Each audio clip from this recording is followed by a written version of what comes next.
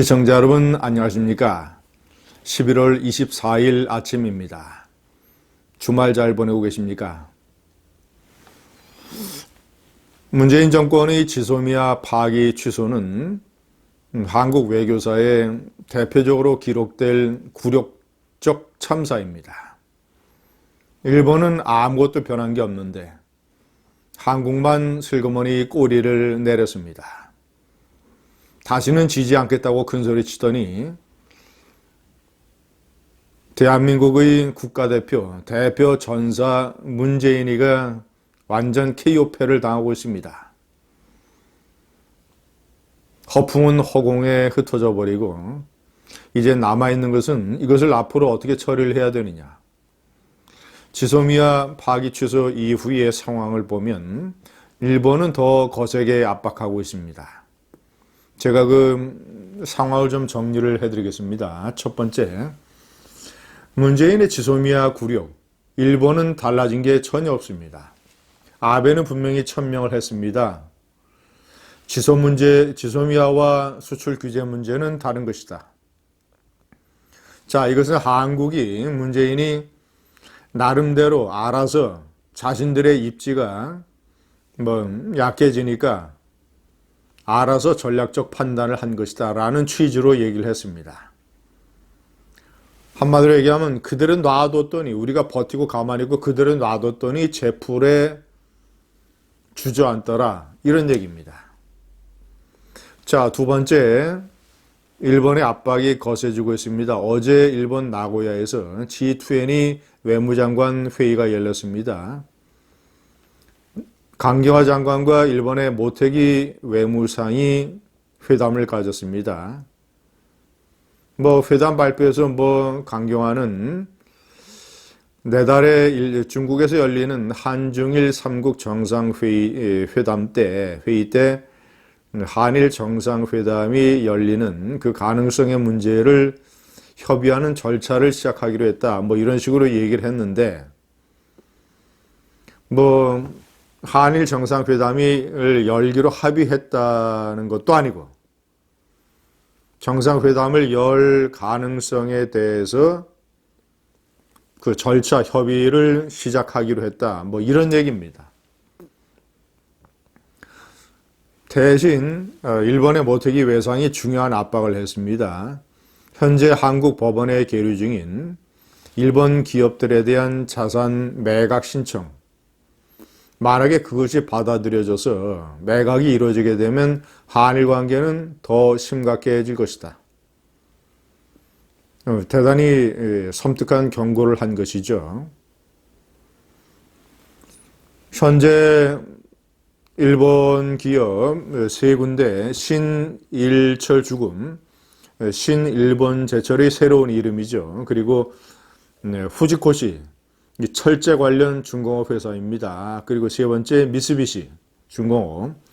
이 세 군데의 한국 내 자산에 관한 압류 신청이 받아들여져 있습니다. 강제징용 피해자 측이 신청을 한 것이 받아들여지고 있고 그 중에서 신일철 죽음과 후지코시에 대해서는 자산을 아예 매각해달라, 현금화시켜달라. 우리가 판결받은 1인당 1억 원 그 배상금을 받을 수 있게 자산을 매각시켜달라는 신청이 들어와 있습니다. 신일철 죽음과 후지코시에 대해서 정상적인 절차라면 벌써 판결이 내려졌어야 됩니다. 자, 그런데 이 문제가 너무나 중대하기 때문에 김명수의 법원이 눈치를 보는 것 아니겠습니까? 그러니까 일본이 한 번 더 압박을 한 것입니다. 일본은 벌써 이번에 문재인의 지소미아 파기 취소와 관련해서 문재인 정권의 약점을 간파한 것이죠. 이 몰리고 있구나. 궁지에 몰리고 있구나. 그 약점을 간파해서 계속 밀어붙이려 하는 것입니다. 만약에 자산을 매각을 하게 되면 한일 관계가 더 심각해질 것이다. 제가 세 번째 명기를 했습니다. 제가 문재인과 김명수에게 묻겠습니다.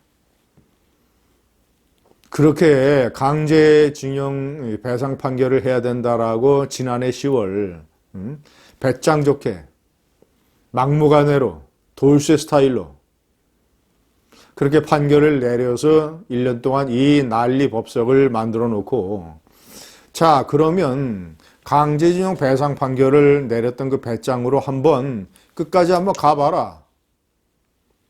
자산을 매각을 해라. 왜 못하냐? 다시는 지지 않겠다고 해놓고선. 김명수?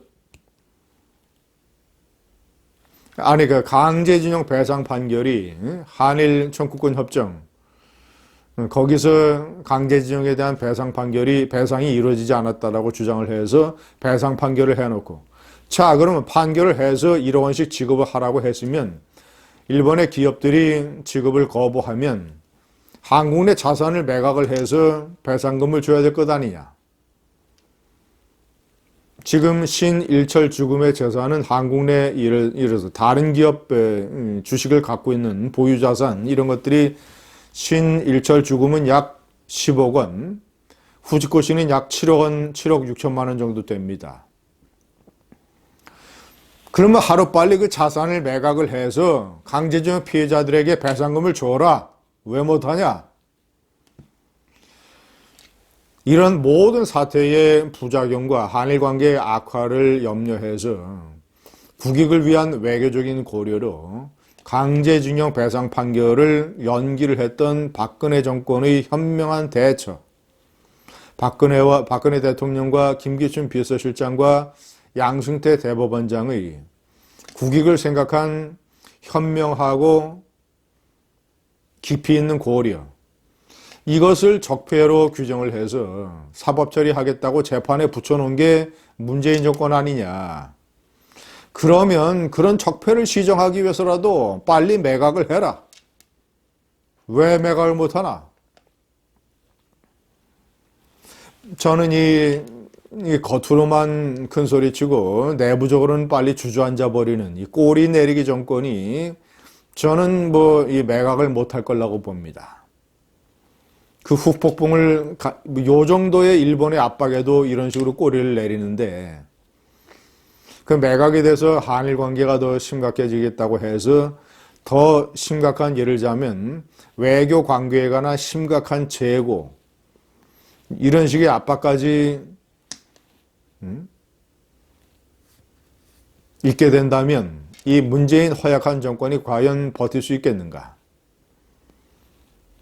일본의 입장은 두 가지입니다. 분명합니다. 첫째, 자산을 매각하게 되면 한일 관계가 더 심각해질 것이다. 자, 두 번째, 1965년 한일 청구권 협정, 국가 간의 약속을 위반하고 있는 현재 한국의 상태, 이 상태를 빨리 시정해라.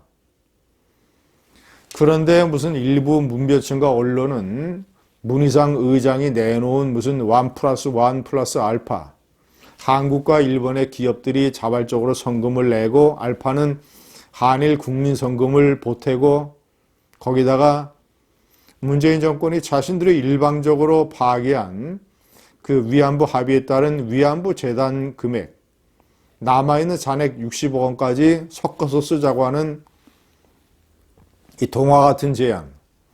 이 제안을 일본이 검토할 수 있다, 받아들일지 모른다, 이런 식의 엉뚱한 보도를 내놓고 있습니다. 천만의 말씀입니다. 아베와 일본의 원칙은 변한 것이 아무것도 없습니다. 한일 청구권 협정으로 일본 기업의 배상 책임은 전부 다 면제됐기 때문에 우리는 한 푼도 내놓을 수 없다. 돈을 내놓는 것은 국가 간의 약속을 깨는 것이다. 그 협정을 깨는 것이다. 이런 지소미아 참사 사태를 가져오고 강경화와 정경두는 무슨 내년 4월 총선에 출마한다는 얘기들이 거론되고 있습니다.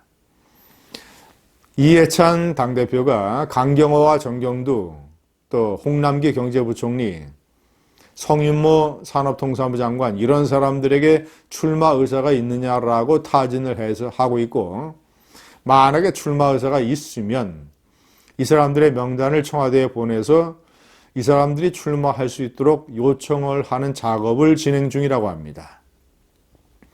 강경하는 서울, 예를 들면 동작을 나경원 원내대표와 겨루게 하는 방안, 정경도는 고향인 경상남도 진주, 홍남기는 춘천, 성윤모는 대전, 이런 데를 고려하고 있다고 합니다. 지소미아 굴욕 사태를 만들어 놓고 강경화와 정경도, 이런 사람들에게 금배지를 달아주겠다고요? 내년 4월 만약에 이들이 출마를 하면 내년 4월 국민의 심판이 기다리고 있을 겁니다. 감사합니다.